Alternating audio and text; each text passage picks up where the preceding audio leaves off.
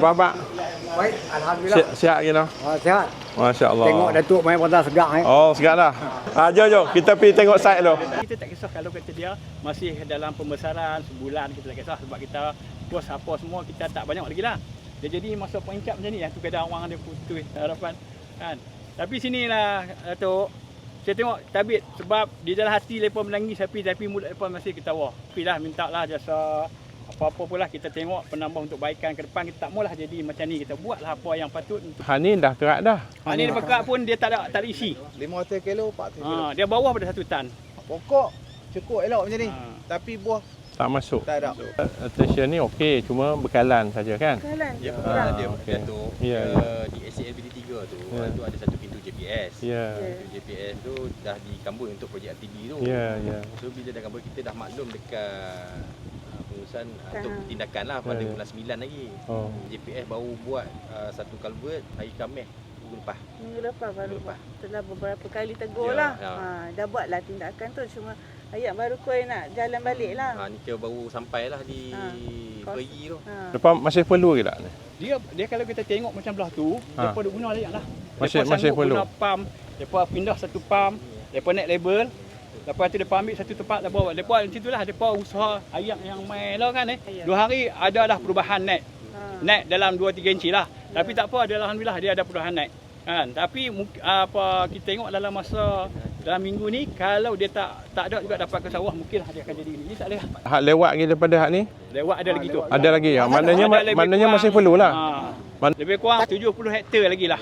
Yang perlukan bekalan, yang padi depa mungkin boleh selamatkan. Jadi hak ni kita tengok hak yang belakang ni untuk kita ni, tapi hak duk sebut tadi tu, hak musim depan jangan jadi macam ni dah.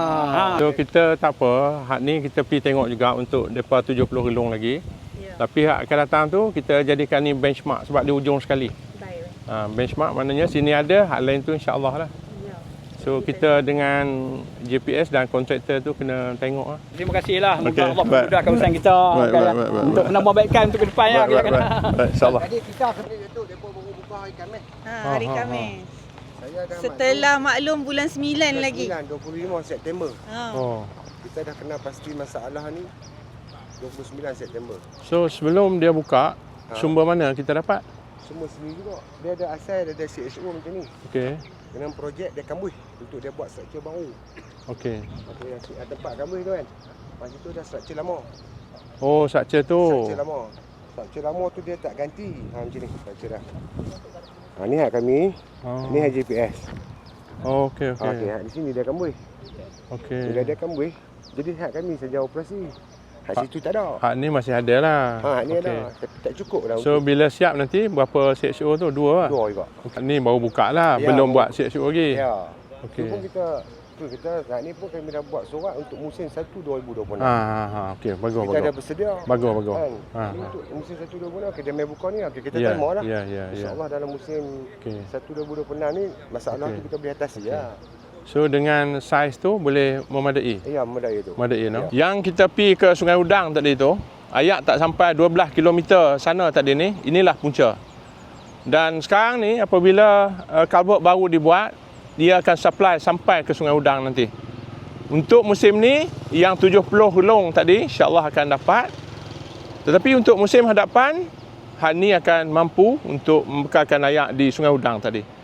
Tapi ini bukan lagi permanent. Permanentnya akan ada 2 CXO.